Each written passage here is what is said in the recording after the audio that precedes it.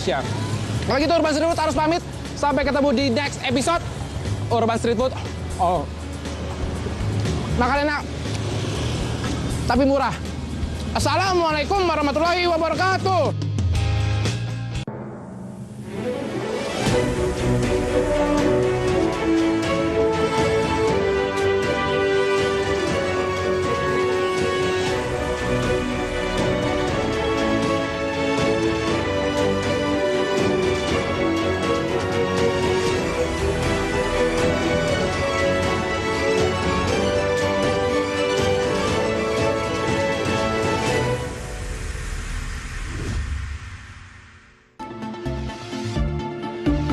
Japan ambassador asks Indonesia to revoke coal export ban.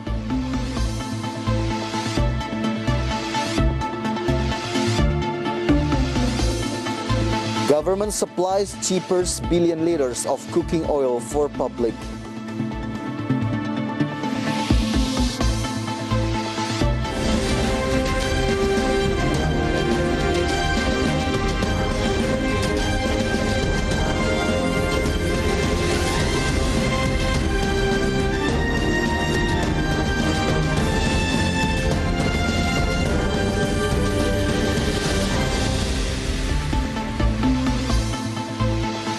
Good evening, it's Thursday, January 6, 2022. Market Headlines is ready to provide you information from business and economic. And with me, Fajar Wayong, you're watching Market Headlines.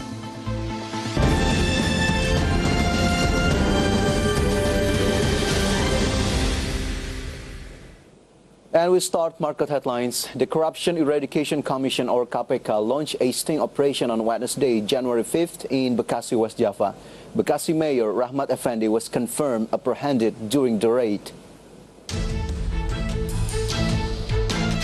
The Corruption Eradication Commission, or KPK, launched a sting operation on January 5th in Bekasi, West Java. Bekasi Mayor Rahmat Effendi was reportedly apprehended during the raid. Deputy Chairman of the Commission, Nurul Gufron, did not deny when asked about the arrest of the mayor. According to him, the anti-graft body also nabbed several other parties and confiscated money. The team of investigators is still examining the individuals in order to explore the allegations of corruption. The mayor of Bekasi, Rahmat Effendi, who was arrested in the operation, arrived at the KPK building on Wednesday night. Meanwhile, KPK Chairman Firly Bahuri confirmed that Rahmat Effendi would undergo further investigation regarding the arrest. Nevertheless, Firly asked the public to be patient, waiting for the KPK's explanation regarding the arrest in Bekasi. He ensured that the anti-corruption agency would explain the construction of the case related to the case that ensnared Rahmat Effendi. Apart from the mayor of Bekasi, the Corruption Eradication Commission has not been able to convey in more detail the parties involved in the arrest operation. IDX Channel reports. The Japanese government voiced objections to Indonesia's ban on coal export. Japanese ambassador to Indonesia say that the coal export ban has had a serious impact on Japan's economic activities. The Japanese government voiced objections to Indonesia's ban on coal export, asking to cancel the ban. Japan has thus far imported coal high calorific value. This time is different from coal low calorific value, which is exclusively intended for power plants owned by the state-run electricity company, or PLN. Thus, Japan argued that high calorific value exports to their country did not have a significant impact on coal supply to PLN. In an official letter to the Minister of Energy and Mineral Resources Arifin Tasrif on January 4th, Japanese ambassador to Indonesia, Kanasugi Kenji, said that the Japanese government hopes that the ban on coal export to Japan be lifted immediately. The letter also said that Japan imports around 2 million tons of coal a month from Indonesia. The ambassador also said that the coal export ban has had a serious impact on Japan's economic activities as well as people's daily life. Earlier, the Energy and Mineral Resources Ministry's Director General of Mineral and Coal, Ridwan Jamaluddin, prohibited the shipment of coal for export for a month from January 1st to 31, 2022, due to the lack of coal supply for local power plants, one of which belonging to PLN. IDX Channel reports.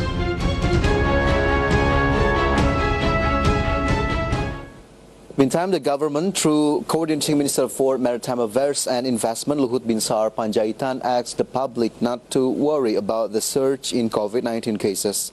Luhut claims that the government has experience dealing with Delta variants and has succeeded in suppressing cases.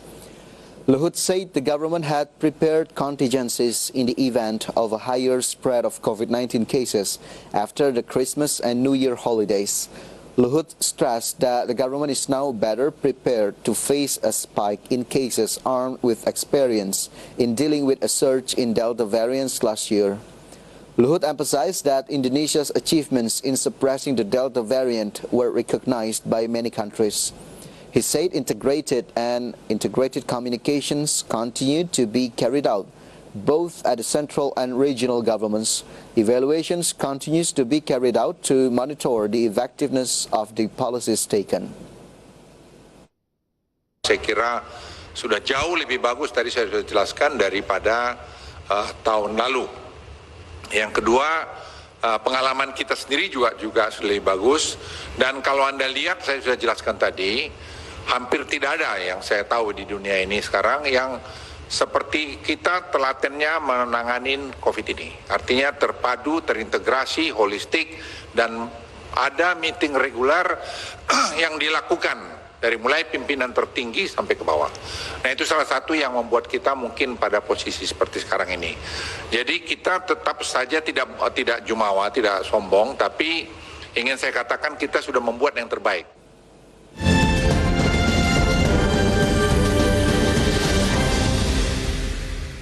And we're moving on to global update. North Korea has fired a suspected ballistic missile into the sea off its east coast. Meanwhile, India is bracing for a third wave of coronavirus as Delhi and Mumbai see a surge in cases. And more stories on today's International Minute. North Korea has fired a suspected ballistic missile into the sea off its east coast in its first such launch since October. The missile landed in water between the Korean peninsula and Japan, bringing condemnation from Seoul and Tokyo. The UN prohibits North Korea from ballistic and nuclear weapon tests. French President Emmanuel Macron has been accused of using divisive, vulgar language after he used a slang term to say he wanted to make life difficult for unvaccinated people. 3 months ahead of a presidential election, opponents of Mr. Macron said his words were unworthy of a president. MPs halted debate on a law barring the unvaccinated from much of public life. India is bracing for a third wave of coronavirus at its largest city, the capital Delhi, and financial hub Mumbai see a surge in cases. India reported 58,097 cases on Wednesday, a six-fold rise in a week that experts say is fueled by the Omicron variant. Nearly a third of those infections came from Delhi and Mumbai. Both cities have brought back curfews and other restrictions to halt the spread of the virus. China Mobile shares have risen as they started trading in Shanghai after raising $7.7 billion in China's biggest public offering in a decade. The shares opened 9.4% higher before ending the day just 0.5% higher. China Mobile's smaller rivals China Telecom and China Unicom have already made a move to their home country. IDX Channel report.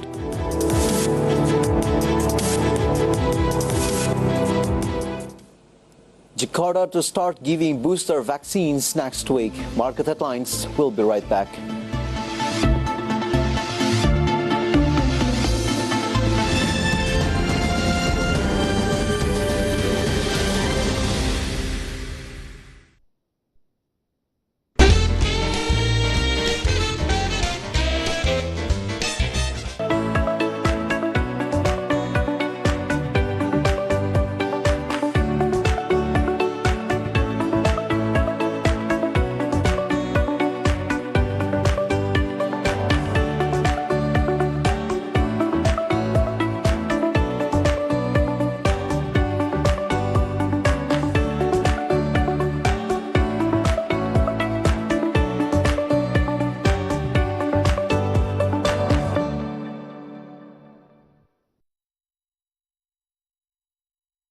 Sebenarnya Fokraf ini tuh apa sih? Boleh deh dijelaskan. Kalau Fokraf sendiri itu adalah platform edukasi online ya, dengan materi-materi yang ada di industri kreatif.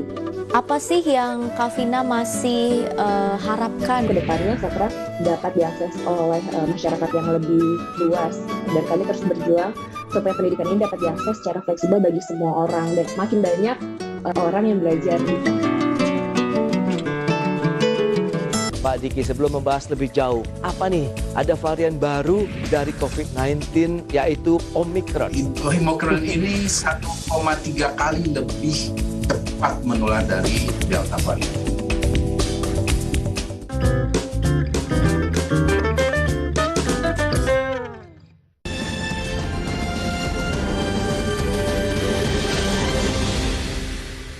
You're watching Market Headlines. The government adopted a policy of supplying cooking oil at a price of 14,000 rupiah per liter. The supply of cooking oil, as much as 1.2 billion liters, will be carried out over the next 6 months. The government took steps to overcome the spike in cooking oil prices. The Coordinating Minister for Economic Affairs, Erlangga Hartarto, said the government will provide cooking oil at a price of 14,000 rupiah per liter at the consumer level. The supply of 1.2 billion liters of oil will be carried out over the next 6 months. Erlangga explained that the government needed 3.6 trillion rupiah to cover the difference between the price and the VAT to be paid. Under this policy, the Oil Palm Plantation Fund Management Agency is appointed to provide payments. Pemerintah mengambil kebijakan untuk penyediaan minyak goreng untuk masyarakat dengan harga 14.000 per liter di tingkat konsumen. Sekali lagi di tingkat konsumen yang berlaku di seluruh Indonesia.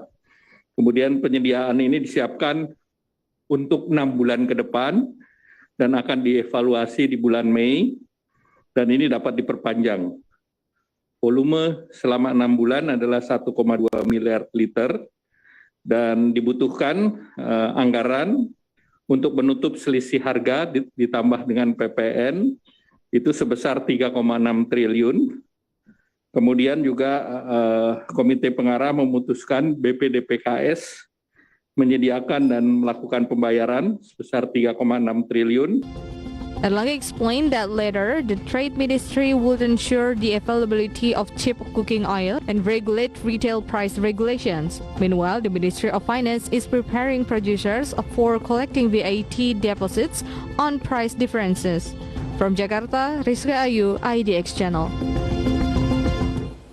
Meantime, Vice President Ma'ruf Amin admits that the government had made efforts to deal with the increase in cooking oil prices. He hopes that the increase in prices only temporary due to Christmas and New Year period. Vice President Ma'ruf Amin raised his voice regarding the high price of cooking oil. He asked parties who have cooking oil stocks not to take advantage of the situations or seek profit in the midst of soaring cooking oil price. He also hopes that those who have the stock can control themselves so as not to add to the community's difficulties. Ya, saya kira pemerintah sudah melakukan antisipasi untuk menangani ini, yaitu melalui penjualan operasi pasar oleh Menteri Perdagangan sudah dilakukan, dan kita berharap ini hanya merupakan fenomena karena terjadinya Nataru Natal dan Tahun Baru. Kita harapkan nanti bisa kondisinya normal lagi. Tapi operasi pasar sudah dilakukan ya oleh Menteri Perdagangan dan akan terus dilakukan langkah-langkah untuk pengendalian harga. Dan kepada mereka yang memiliki jangan menggunakan situasi seperti ini untuk kepentingan sepihak, ya, untuk mencari keuntungan semata-mata. Ma'ruf admitted that the government had made anticipatory efforts to deal with the increase in cooking oil prices. One of them is through market operations that have been carried out by the Ministry of Trade. He also hopes that the increase in cooking oil prices will only be temporary because it coincides with the 2021 Christmas and 2022 New Year holidays. IDX Channel reports. The Ministry of Finance announced that the construction of a number of infrastructure projects to support the nation's capital will use funds from state Sharia securities. In fact, several projects have been completed and are listed as state assets. The Minister of Finance Sri Mulyani Indrawati inspected the construction of infrastructure supporting the nation's capital, especially several projects with financing sources from state Sharia securities. And for this reason, she asked the ministries or implementing agencies as follows in 2022 to maintain and utilize the results of the infrastructure development of the country's capital city more optimally and have benefits for the community. SBSN adalah salah satu instrumen APBN fiskal yang diatur oleh Undang-Undang Nomor 19 Tahun 2008. Di Kalimantan Timur yang dibiayai oleh SBSN proyek-proyeknya itu untuk tahun 2022 961 miliar. Ada di 5 kementerian lembaga 31 proyek. Ada Kementerian Perhubungan, Kementerian Agama, Kementerian Pertahanan, Kepolisian Republik Indonesia. Kita berharap nanti SBSN akan bisa diperluas sehingga pemerintah daerah juga. The Jakarta Health Office will collaborate with private health facilities to roll out booster vaccine for the public. The plan is a week from now on January 12, 2022. The Jakarta Health Office will collaborate with owners of private health facilities to roll out booster for the general public. The plan is to start giving the third dose of COVID-19 vaccine a week from now on January 12. The Office Head of Disease Prevention and Control, Dwi Octavia Handayani, said that they are ready to collaborate with private health facilities and collaborators who take the initiative to open vaccine centers. Cooperations with the private sector is expected to accelerate the distributions of booster vaccines as there are people who are unable to come to the vaccination center requiring visitation. This booster vaccine plan was first submitted by Health Minister Budi Gunadi Sadikin.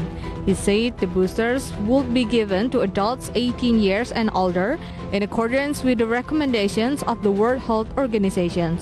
The government will provide booster to regencies or cities where 70% of the populations have received the first dose and 60% of the second dose. As for now, there are 244 regencies or cities that have met the requirement. IDX Channel reports. Chandra A3 Petrochemical obtains $325 million loan from Bank Rakyat Indonesia. Stay with us, we'll be right back.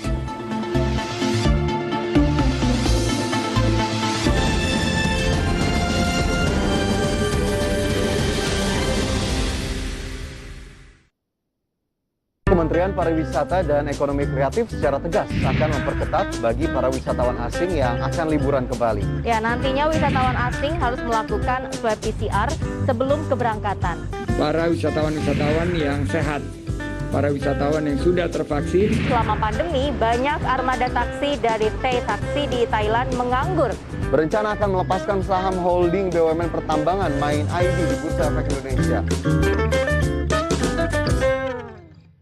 Ya, halo pemirsa, nama saya Mangivera Tjong. Saat ini saya menjabat sebagai presenter dan juga associate producer. Saat ini saya membawakan program IDX Conversation Closing, di mana di program tersebut saya menganalisa isu-isu ekonomi yang menarik, baik dari luar negeri maupun juga dari dalam negeri. Tentunya, hingga saat ini saya masih terus belajar dan saya sangat menikmati profesi tersebut.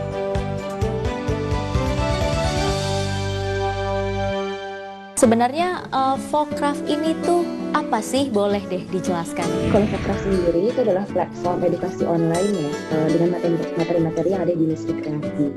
Apa sih yang Kak Vina masih harapkan? Kedepannya Fajar dapat diakses oleh masyarakat yang lebih luas, dan kami terus berjuang supaya pendidikan ini dapat diakses secara fleksibel bagi semua orang, dan makin banyak orang yang belajar.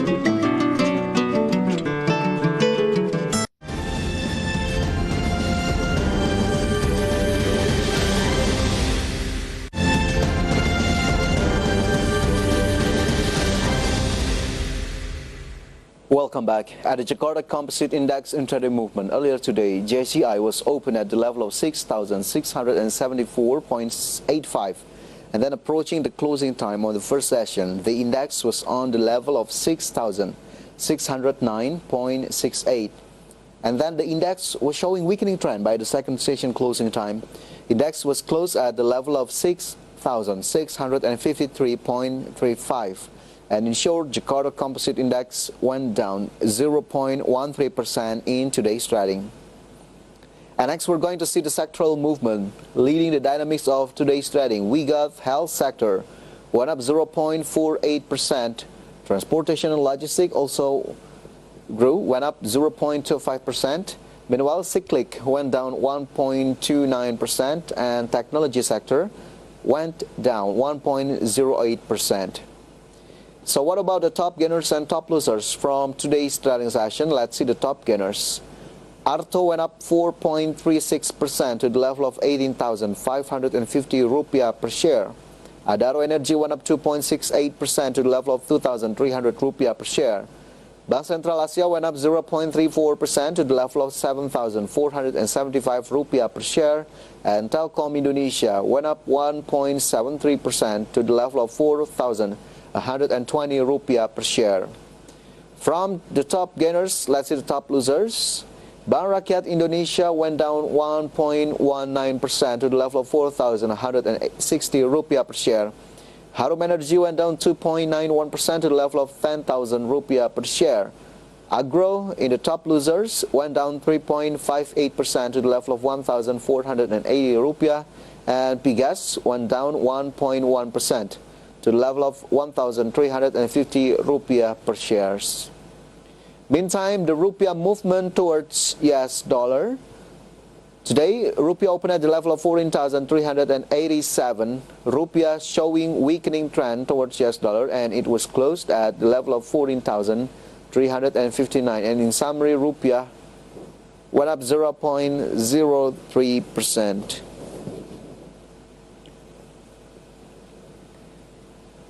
To strengthen business capital and production capacity, Chandra A3 Petrochemical has obtained a loan of $325 million from Bank Rakyat Indonesia. In order to strengthen business capital and production capacity, Chandra A3 Petrochemical has obtained a loan of $325 million from Bank Rakyat Indonesia. The loan consists of a term loan facility of $75 million, non-cash loan facilities of $175 million, and a forex line of $75 million. One of the strategic steps taken by Chandra A3 is to build a global-scale petrochemical complex, which will strengthen the company's position as an industrial partner for Indonesia. With the construction of the CAP2 complex, Chandra A3 will increase its total production capacity from 4.2 million tons to more than 8 million tons per year.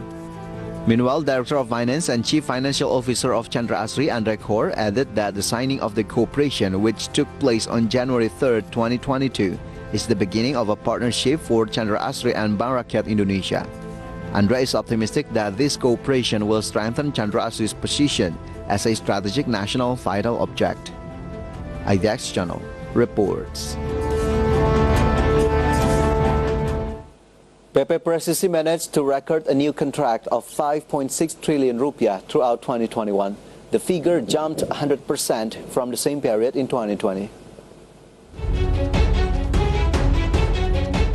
Peke Processing managed to record a new contract of 5.6 trillion rupiah throughout 2021.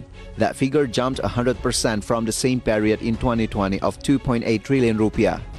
President Director of Peke Processing Ruli Noviandar said the number of new contracts could be achieved due to the addition of new contracts of 280 billion rupiah from mining development work and civil work projects. During 2021, Peke Processing experienced contract shifting obtained from civil work to mining services. The mining services segment dominates the composition of new companies' contracts in 2021 by 53%, while civil work is 41%. Meanwhile, based on the composition of project ownership, external projects contributed 87%, while internal projects accounted for 13%.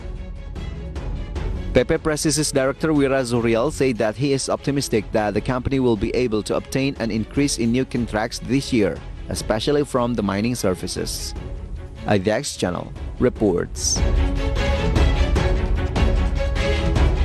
XL Axiata recorded an increase in data traffic during the Christmas and New Year period, reaching 38% compared to the same period a year earlier. XL Axiata recorded an increase in data traffic during the Christmas and New Year period, reaching 38%, or an increase compared to the same period a year earlier. According to XL's Director and Chief Technology Officer Igede Darmayusa, streaming services dominated the increase in service traffic, but on the contrary, legacy service traffic, namely voice and SMS, decreased by 3% compared to normal days. Of the total service traffic during the Christmas and New Year periods, it was dominated by traffic from web browsing activities by 42%, social media access by 29%, video streaming by 21%, games by 4%, and others by 4%. Currently, XL has 57.98 million subscribers and is strengthened by more than 153,000 BTS, including more than 69,000 4G BTS. IDX Channel reports.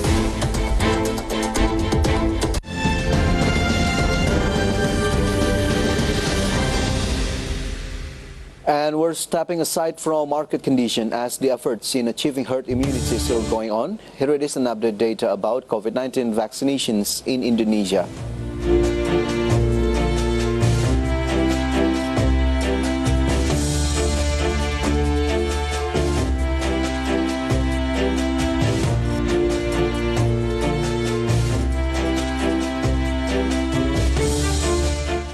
And that's all for market headlines today. Please enjoy our next program on IDX Channel, your trustworthy economic, business, and capital market channel.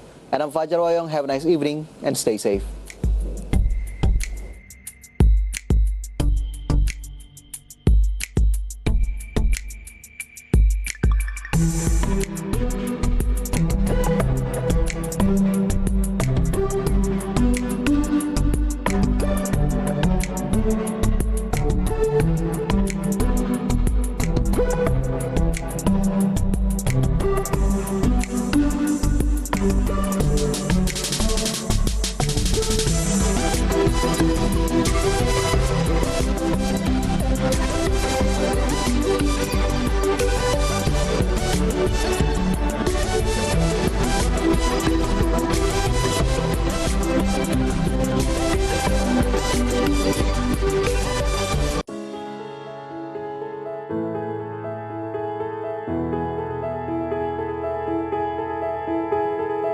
Apakah Anda memiliki perusahaan dan ingin mengembangkannya? Perlu dana lebih untuk ekspansi? Ingin kepercayaan lebih dari kreditur dan bank? Perlu peningkatan image perusahaan? Perlu strategic partners? Menghadapi potensi sengketa dalam keluarga pemilik? Butuh penerapan good corporate governance yang lebih baik?